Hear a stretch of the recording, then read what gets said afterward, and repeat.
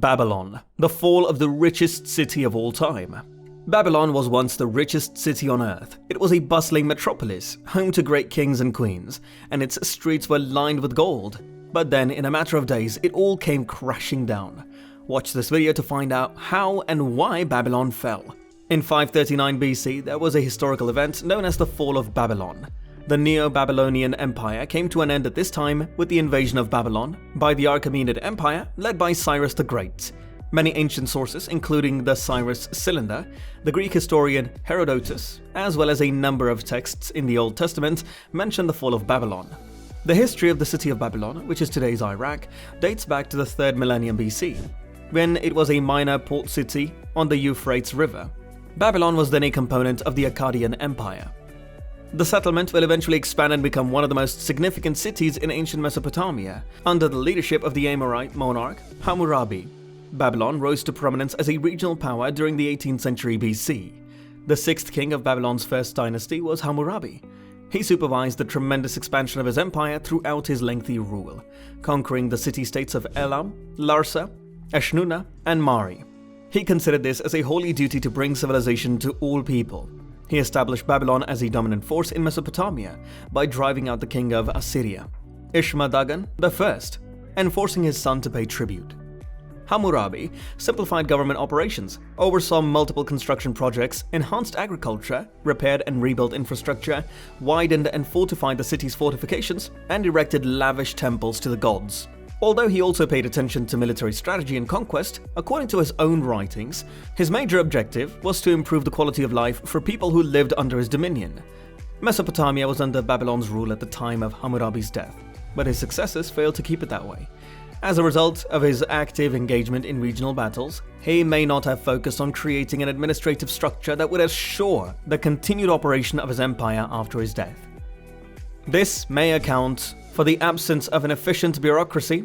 As a result, the First Babylonian Empire was brief, and it was quickly ruled by outsiders like the Hittites, Kassites, and Assyrians. Around 627 BC, after Ashurbanipal's demise, civil war broke out in the Neo-Assyrian Empire, weakening it. The Neo-Assyrian Empire's people rose up in large numbers as a result. Nabopolassar, a Chaldean prince who allied with the Medes, Persians, Scythians, and Cimmerians, was one of them. The Neo-Assyrian Empire was vanquished by this alliance. Nabopolassar built the Neo-Babylonian Empire, with Babylon serving as its capital. After gaining freedom from the Assyrians, he left his sons with vast stocks of gold and a powerful Babylonian city when he passed away. Because of the solid foundation he laid for the spectacular Neo-Babylonian Empire, Nebuchadnezzar II had all he needed to elevate Babylonia to the pinnacle of ancient civilization, and the son really carried out that action.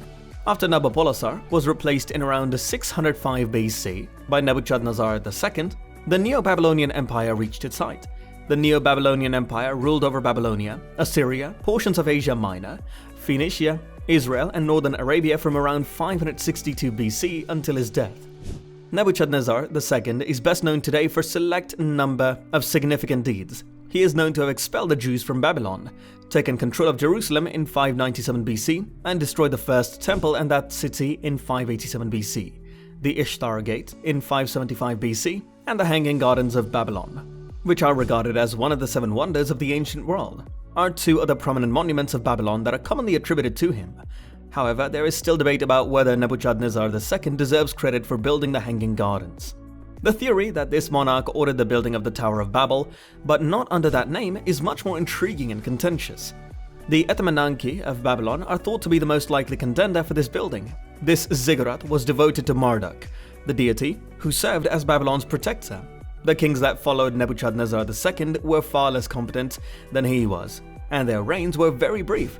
The Neo-Babylonian Empire had 4 distinct kings in the 10 years after Nebuchadnezzar II's demise. The last of them was Nabonidus, who ruled from 556 BC until the fall of Babylon in 539 BC. Nabonidus ruled for a total of 17 years, and historians now refer to him as the Archaeologist King because of his efforts to revive the old architectural and cultural traditions of the area. Nevertheless, since he had banned the religion of Marduk in favor of the moon deity Sin, he was despised by his people, particularly the priests of Marduk. And that's the story of how Babylon fell from being the richest city of all time. We hope you enjoyed this video and learned something from it. If you want to learn more about Babylon or any other ancient civilizations, be sure to check out our other videos. Thank you for watching.